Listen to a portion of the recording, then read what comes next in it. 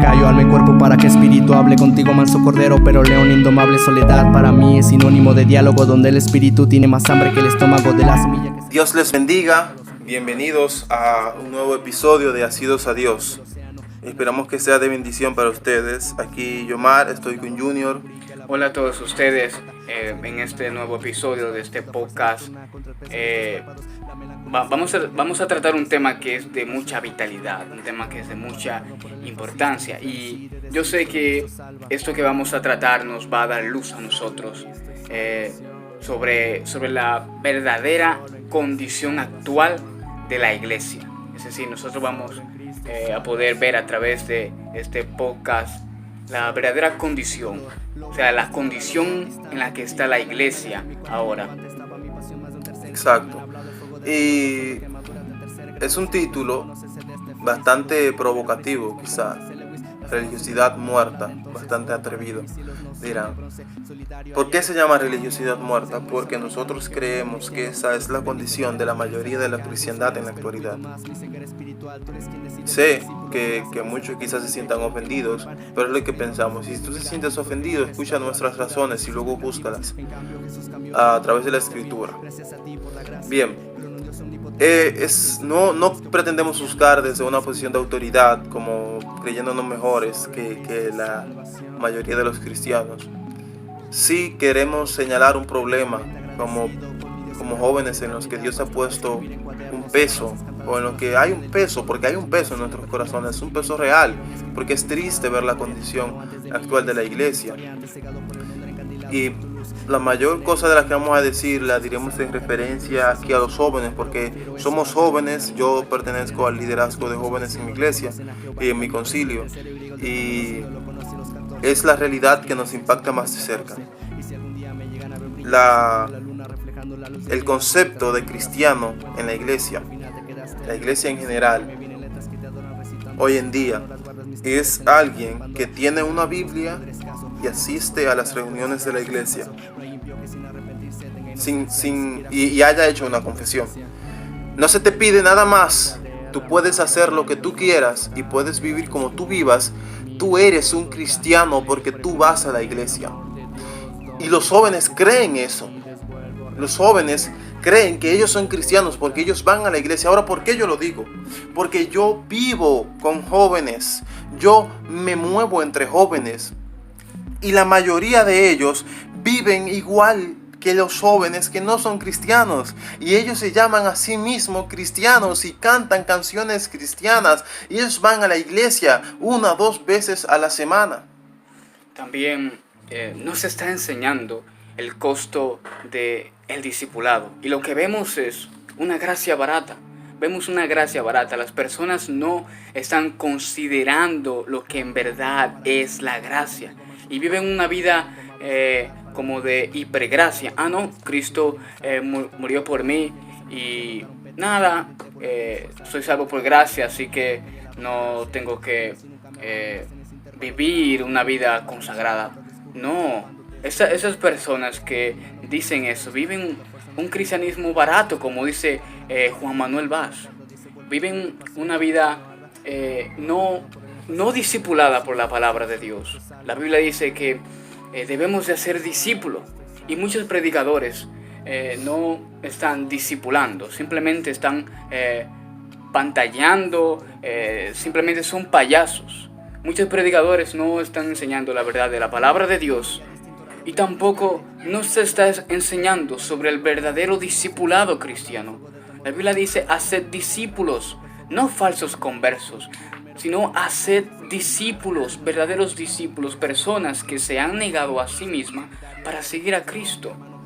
Miren, la palabra cristiano es pequeños cristos, y un cristiano es una persona que tiene a Cristo y que vive para Cristo. ¿Qué dijo Pablo? Para mí el vivir es Cristo. Antes de nosotros antes de que un convertido sea convertido, su vida no era Cristo, sino era el pecado. Pero ahora en Cristo su vida es Cristo y gira en torno a su gloria. Sí, y muchos quizás dirán: oye, pero yo no veo eso en la mayoría de jóvenes. Yo no veo que la mayoría, habrá alguno que vaya a la discoteca, que cometa pecado sexual con su pareja, pero no son todos. Claro que no son todos. Y claro, yo no me estoy refiriendo a pecados escandalosos. No puedo decir que la mayoría de jóvenes comete pecados escandalosos.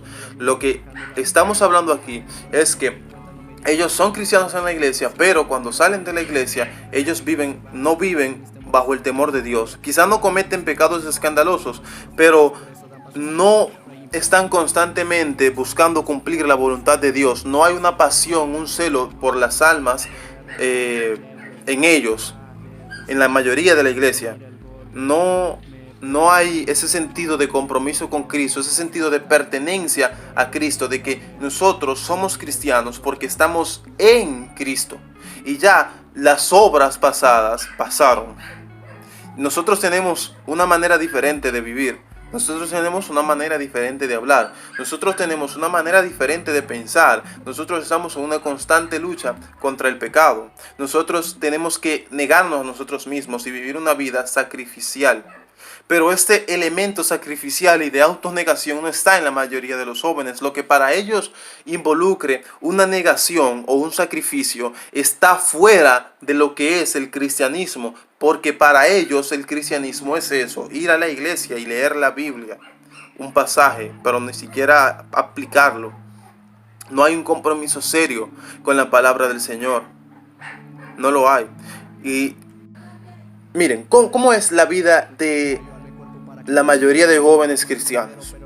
Ellos van a la iglesia 1 o 2 horas, quizás 2 veces a la semana, llegan a la casa y aparte de lo que tengan que hacer, trabajar o estudiar, lo que hacen es que muchas redes sociales, mucho tiempo viendo videos, mucho tiempo viendo series o televisión, o mucho tiempo en el chat. Jóvenes incluso hacen bromas de cómo ellos se acuestan a las 2, 3 de la mañana usando su teléfono. También hacen bromas de cómo se levantan a las 10, 11 de la mañana. Y eso para ellos es un chiste, es algo que no tiene importancia. Y el no dedicar tiempo a la oración, a mí me gustaría saber cuántos jóvenes cristianos oran en serio. No 5 o 10 minutos, no 20 minutos, sino que oran en serio. No, es muy mínima la cantidad. Ahora, esto es ser radical. Lo que yo estoy diciendo es ser un radical. Lo que yo estoy diciendo no es cristianismo. Eso es ya otra cosa. Pero no es el cristianismo de la Biblia, porque Jesús no oraba. Porque Jesús no vivía una vida totalmente para el Padre. Y ese es nuestro cristianismo. Y cuando yo confronto jóvenes, el que está mal soy yo. Cuando un predicador confronta a jóvenes, cuando alguien dice estas cosas que yo estoy diciendo, esa persona es un juzgón y esa persona es un radical. Y esa persona no comprende, no tiene misericordia, no tiene gracia, no tiene amor. Es un legalista, le llaman. Porque está viviendo una vida conforme. Porque la santidad es legalismo hoy en día. La santidad es legalismo. El simple y llanamente tú querer apartarte para Cristo y sacrificarte porque lo amas es legalismo. No hay sacrificio.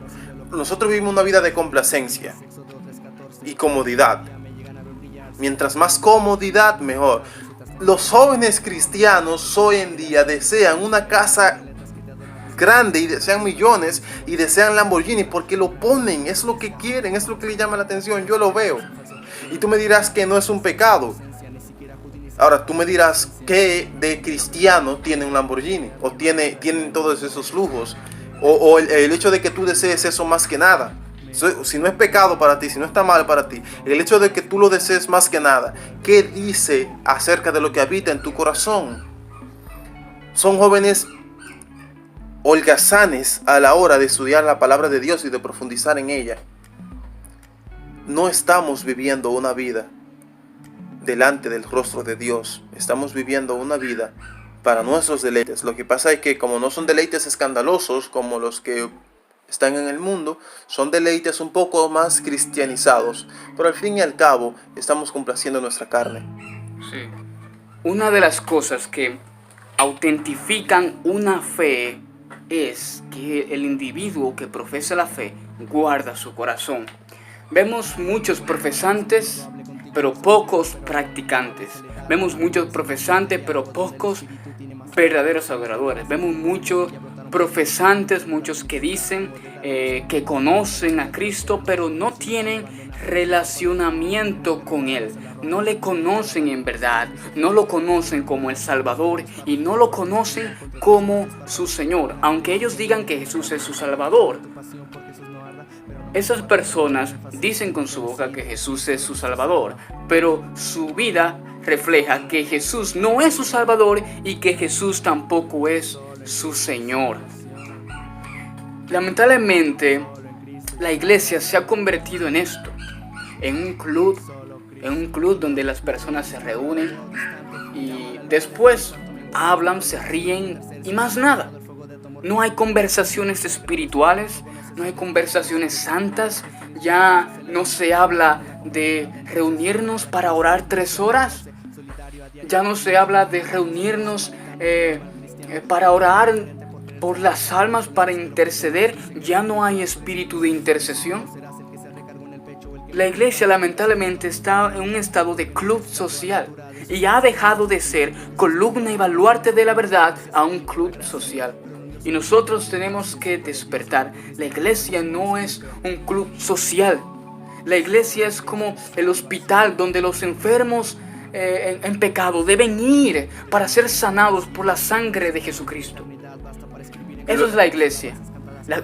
Una columna, la iglesia es la columna y baluarte de la verdad. Necesitamos saber esto. Y luego tenemos entonces la basura que es el evangelio de la prosperidad, porque no es más de ahí, es una basura. El evangelio de la prosperidad y sus excesos. Y tenemos este evangelio, ¿verdad?, traído por la tercera ola del pentecostalismo, un evangelio no quiero decir la palabra porque ando buscando un sinónimo, pero lo que quiero expresar es ese evangelio carismático, aunque no todos los carismáticos forman parte de ese evangelio, porque tengo amigos pentecostales clásicos que no caben dentro de ese saco y que son carismáticos, pero es este evangelio basado en las emociones, con música suave, o bueno, toda la música popular que hay, pero cristianizada, ¿verdad?, que te hace engrifar los pelos. O sea, te pone la piel de gallina y te dice que eso es el Espíritu Santo. Y entonces, como tú participaste de la presencia del Espíritu Santo, tú estás bien con Dios. Eso es lo que tú piensas. Y sales y vives tu vida como tú quieras. Porque ya estás bien, Dios te lo demostró, tú sentiste su presencia. Yo no creo que una persona que haya sido tocada por el Espíritu Santo va a seguir igual. Como vemos hoy en día, vemos a estos evangelistas motivacionales y que planean o manipulan y dicen que es el movimiento del Espíritu, y vemos a los jóvenes brincando, diciendo aleluya, gloria a Dios, y diciendo que el culto fue glorioso y que hubo un mover del Espíritu Santo, pero no hubo sinceridad, no hubo arrepentimiento. Simplemente hubo mover del Espíritu, pero no un verdadero mover del Espíritu. Nadie me diga a mí que el Espíritu Santo vino sobre una persona y no la cambió. No, cuando el Espíritu Santo viene sobre una persona, la cambia, no sigue igual. Cuando el Espíritu Santo viene y se derrama en un culto, las personas no simplemente lloran, sino que son transformadas, sus vidas cambian. No me digas a mí que una persona que haya sentido el Espíritu, que haya sido intervenida por el Espíritu, va a seguir igual. Nosotros vemos muchos predicadores motivacionales que simplemente apelan a las emociones y que no enseñan exegéticamente, bíblicamente la palabra de Dios. El deber de un ministro fiel es enseñar la palabra de Dios, y si un ministro es fiel va a enseñar la palabra de Dios y no va a ser un payaso en el púlpito tratando de hacer sentir bien y hacer reír a las personas. Y vemos a los jóvenes, a las personas diciendo aleluya, gloria a Dios, y las personas piensan que esto es un despertar, que esto que esto manifiesta que la iglesia está viva, que esto manifiesta que el Espíritu Santo se está moviendo, pero no es así. Esas personas salen igual del culto, salen igual, no salen con un deseo de santidad, no salen con un deseo de vivir más para la gloria de Dios, no salen con un deseo de vivir una vida más corandeo delante del rostro de Dios, no salen con un deseo de orar más, de salir a predicar, y dicen que el Espíritu Santo se movió. No, el Espíritu Santo no se movió, tus emociones se movieron, pero no el Espíritu Santo. Y aquí esa es una de las causas de todos estos problemas que hemos venido hablando. El abuso que hay en los púlpitos, predicadores que no están predicando la palabra de Dios. Y por eso nosotros tenemos un concepto bastante trivial de Dios. La mayoría de jóvenes piensan en Dios como un anciano bonachón que está ahí para cumplir mis peticiones. Dios es Santa Claus. Dios está ahí para cumplir mis peticiones. Jesús es un amigo que está ahí para acompañarme en mi camino, porque mi vida es mi camino, para darme consejos y abrazarme cuando yo me sienta un poco mal y cometa errores. No más de ahí. No, Dios no es justo, Dios no es santo, Dios no demanda arrepentimiento verdadero, porque ese mensaje también se ha olvidado, el mensaje del arrepentimiento. Entonces, Dios no es un Dios santo, no es un Dios 3 veces santo, un Dios excelso, glorioso. La gloria de Dios no tiene ningún significado. La gloria de Dios es lo que te pone la piel de gallina. La gloria de Dios no es lo que te asombra, no es lo que te infunde de temor, no es lo que te infunde de ese sentido de pequeñez. Ni lo que te humilla. No es lo que te humilla. Entonces, como tenemos un Dios muy pequeño, tenemos una religión tan pequeña. Un Dios que cabe en el bolsillo. Muchos cristianos, si es que se le podría llamar cristiano, tienen a un Santa Claus, pero no tienen a un Señor, no tienen a un Cristo, no tienen a un Cristo que fue a la cruz y que resucitó, no tienen a un Señor de gloria. No tienen a un Señor, no tienen a un Salvador, no tienen a un Señor, sino que tienen un Santa Claus, que simplemente está ahí para atender a nuestras necesidades cada vez que nosotros le pedimos que nos ayude. Cristo no es un Santa Claus. Cristo no es un Santa Claus, Él es Señor. Él es Señor y está a la diestra de Dios y gobierna con justicia. Él es el Señor de gloria. Y algún día todas las personas, cuando estén en el juicio, se postrarán y declararán que Él es Señor. Algunos voluntariamente se van a doblar ante la gloria de Dios por lo asombroso que es, y otros Dios va a quebrar sus rodillas para que se arrodillen. Y hoy la cruz es un mero símbolo. Hoy la cruz es romántica. Pero la cruz no es el lugar donde el Hijo de Dios fue quebrantado, donde el Hijo de Dios sufrió y sangró. La cruz es eso, la cruz es sangre, la cruz es sacrificio. Y no solamente está la cruz de Cristo, donde fuimos salvados, y no queremos negar la importancia de esto, pero también está nuestra cruz, nuestro sufrimiento por seguir a Cristo, las marcas de Cristo que deben estar en nuestro cuerpo cuando el Señor venga, y por las cuales nos reconocerá. Pero hoy el sufrimiento es del diablo. Hoy el sacrificio es un castigo. Hoy no. Hoy el cristianismo no es nada de esto. Es bendición, comodidad y placer. Hoy los predicadores no hablan sobre sufrimiento. Simplemente quieren hablar de buen estado económico, de buen estado de salud, de buen estado social. Y lamentablemente en eso ha caído la iglesia. Y ese es el mensaje que muchas personas quieren. Ese es el mensaje que muchas personas quieren. Ellos no quieren un verdadero cristianismo, sino uno que se acomode a ellos. Y eso vemos lamentablemente en este siglo XXI. Esos predicadores de prosperidad que abundan en las iglesias rechazan el sufrimiento y dicen que el sufrimiento es malo. ¿Qué me dices de Pablo? Un hombre que pasó mucho tiempo en la cárcel. ¿Qué me dices del sufrimiento de los apóstoles, torturados, arrastrados, decapitados. Nosotros como cristianos hemos de sufrir por Cristo. Hemos de sufrir por Cristo y hemos de ser aborrecidos. Aborrecidos, este es el cristianismo. Sacrificio para la gloria de Dios. Sacrificio para la gloria de Dios. Escuchen lo que dice William Booth, el fundador del Ejército de Salvación. Él dice: el mayor peligro del siglo XXI o el siglo XX será una religión sin el Espíritu Santo, cristianismo sin Cristo, perdón sin arrepentimiento, salvación sin regeneración, política sin Dios y un cielo sin el infierno. Y eso lamentablemente vemos hoy en día. Tenemos nosotros que tener una conciencia agilizada y ver en el estado deplorable que está la iglesia actual. Tenemos que ver el estado de miseria que está la iglesia en estos tiempos. Y tiene que ser restaurada la predicación. Tiene que volverse a predicar de la santidad de Dios. Tiene que volverse a predicar del verdadero arrepentimiento. Tiene que mostrarse la gloria de Dios y la santidad como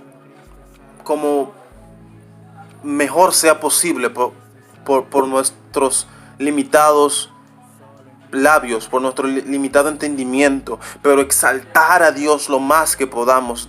Dios debe de ser exaltado. En los púlpitos debemos de tener un concepto más grande, más glorioso de Dios, de su santidad, de sus atributos, darle más cabida al evangelio de Jesucristo en nuestra vida, que moldee nuestro corazón y que nos impulse a sacrificar lo que sea necesario.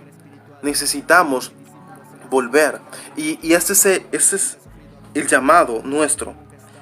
No veamos la Biblia simplemente como un libro de historias del cual podemos sacar diferentes enseñanzas, sino como un libro en el que Dios está en todo momento ejecutando un plan para salvar a la humanidad. Y tomemos en serio el Evangelio, tomemos en serio la Escritura, tomemos en serio el carácter de Dios. Nosotros anhelamos un avivamiento, anhelamos un despertar espiritual. Pero necesitamos volver al fundamento de la palabra de Dios, que en los púlpitos sea restituida la predicación bíblica, la predicación exegética, la predicación que glorifica a Dios, que expone el Evangelio, que denuncia el pecado. Necesitamos que este altar que ha sido destruido sea reconstruido, que sea reedificado, que sea levantado y que la palabra de Dios tome el lugar en los púlpitos de la iglesia. Tome el lugar primordial, la palabra de Dios. La predicación que necesitamos, la predicación que humille al pecador y exalte a Cristo. Miremos la iglesia del primer siglo, la iglesia neotestamentaria. Esos cristianos del primer siglo pusieron al mundo cabeza arriba, predicando al Cristo crucificado, viviendo en piedad para con Dios, viviendo en amor para con los demás, viviendo para Cristo. Y eso es lo que necesitamos, el verdadero cristianismo, el verdadero discipulado, el costo del discipulado. Necesitamos no una gracia que justifique el pecado, sino una gracia que condene el pecado. Necesitamos no una gracia barata que justifique las prácticas pecaminosas. Necesitamos la gracia cara, la gracia que tuvo un costo. La gracia que nos muestra a Cristo muriendo por nosotros. Y ese es un ejemplo también, que así como Cristo se dirigía con el madero a ser clavado, nosotros también nos dirijamos a ser clavados también junto con Cristo. Y quizás tú no estés en la posición de expositor, de predicador de la palabra, pero si tú eres cristiano, nosotros queremos hacerte un llamado a que tu corazón, a que tú le pides a Dios que ponga en tu corazón este anhelo de ver su espíritu restaurando la iglesia, de ver su espíritu levantando a su iglesia, empoderándola de su palabra, restituyendo su poder. Clama a Dios por esto. No podemos hacer más.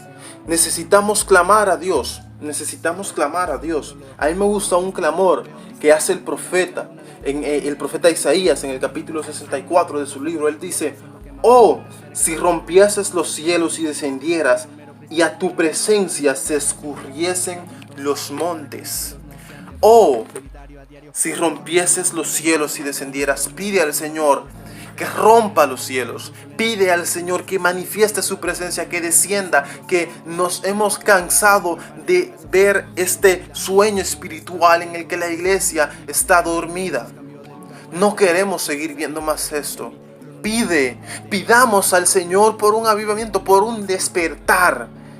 El Señor tiene el poder y el Señor también desea hacerlo, pero necesita que se levanten. Dios quiere que se levanten personas que de rodillas clamen a Él por esto. Gente que clame por un regreso a la senda antigua, por un regreso de la predicación del Evangelio en el altar. Así es, necesitamos la buena exposición del Evangelio. Timothy Keller dice que el Evangelio no es el ABC de la vida cristiana, sino que el Evangelio es el A hasta la Z de la vida cristiana. No menospreciemos el poder del Evangelio, porque solamente el Evangelio es lo que puede restaurar y lo que puede salvar, lo que puede embellecer a la iglesia, llenarla de poder, el Evangelio con la intervención del Espíritu Santo. Exacto. Clamemos a Dios por una restitución de lo que se ha perdido. Busquemos su rostro. El Salmo 85, versículo 6 dice esto muy importante. Esto es una pregunta. ¿No volverás a darnos vida para que tu pueblo se regocije en ti?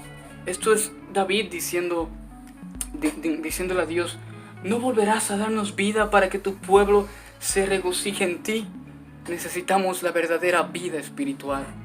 Necesitamos que la iglesia pueda resucitar a su poder antiguo. Necesitamos esto. No sé cuántos de ustedes lo desean, pero yo lo deseo, lo deseamos. Deseamos ver una restitución en la iglesia. Una vuelta a la senda antigua, al primer amor. Ojalá que podamos juntos desear y clamar por esto al Dios que sí responde nuestras oraciones. Hemos terminado nuestro episodio de hoy. Esperamos que esto haya llegado a sus corazones y que el Señor lo utilice para un despertar que esperamos ver.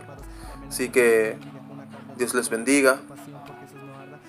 Así que gracias por escuchar esto, si lo has escuchado completo. Les deseamos mucha bendición y que esto haya podido edificar sus vidas. Amén. Solo en Cristo hay salvación. Solo Cristo. El dolor lo veía distinto, ahora lo veo distante. Mirando a la luna desde mi cuarto menguante. Estaba mi pasión más de un tercer cielo. Me han hablado el fuego de tu amor causando quemaduras de tercer grado, haciendo que el fuego no cese de este fénix. Quiero vivir un mero cristianismo como se celebra.